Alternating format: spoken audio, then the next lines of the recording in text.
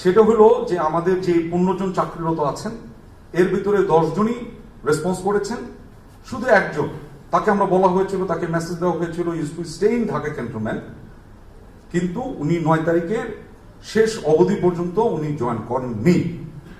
বিধায় 10 তারিখে আমরা তার সাথে আবার যোগাযোগ করার চেষ্টা করি, তার পরিবারের সাথে যোগাযোগ করার চেষ্টা করি এবং যোগাযোগ স্থাপন করি এবং জানতে পারি যে উনি অ্যাকচুয়ালি তার আগের দিন মানে 9 তারিখ সকালে উনি বাসা থেকে বের হয়েছিলেন একটা আইনের সাথে আইন পরামর্শ নেওয়ার জন্য।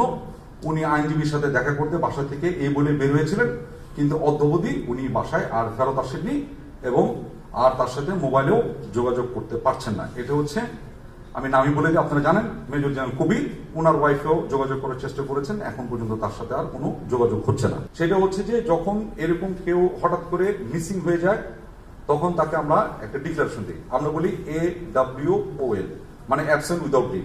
This is something illegal leave অথবা ইলিগাল অ্যাবসেন্ট, মানে আপনারা ওই পরিভাষাও বুঝতে পারছেন তো। আমার আর্মি পরিভাষা হচ্ছে AWL, আপনার পরিভাষা হচ্ছে ইলিগাল অ্যাবসেন্ট। ইলিগাল অ্যাবসেন্ট হওয়ার সাথে সাথে আমাদের একটা নিয়ম আছে, সেই অনুযায়ী তাকে আমরা ইলিগাল অ্যাবসেন্ট হিসেবে ঘোষণা করা হয়ে গেছে অফিসিয়ালি।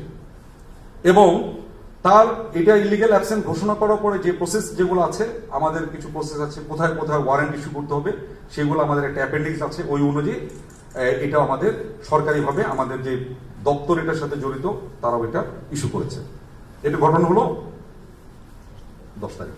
10 জনের মধ্যে খালি 10 জন না, 15 জনের মধ্যে একজনকে শুধু মিসিং, বাকি সবাই জয়েন করেছে, এই হেফাজতে চলে আসছে। 14 জনই আমাদের সেনা হেফাজতে চলে আসছে। আর এলপিআর একজন আছে, সেও আসছে, এলপিআর যে আছে সেও জয়েন করেছে।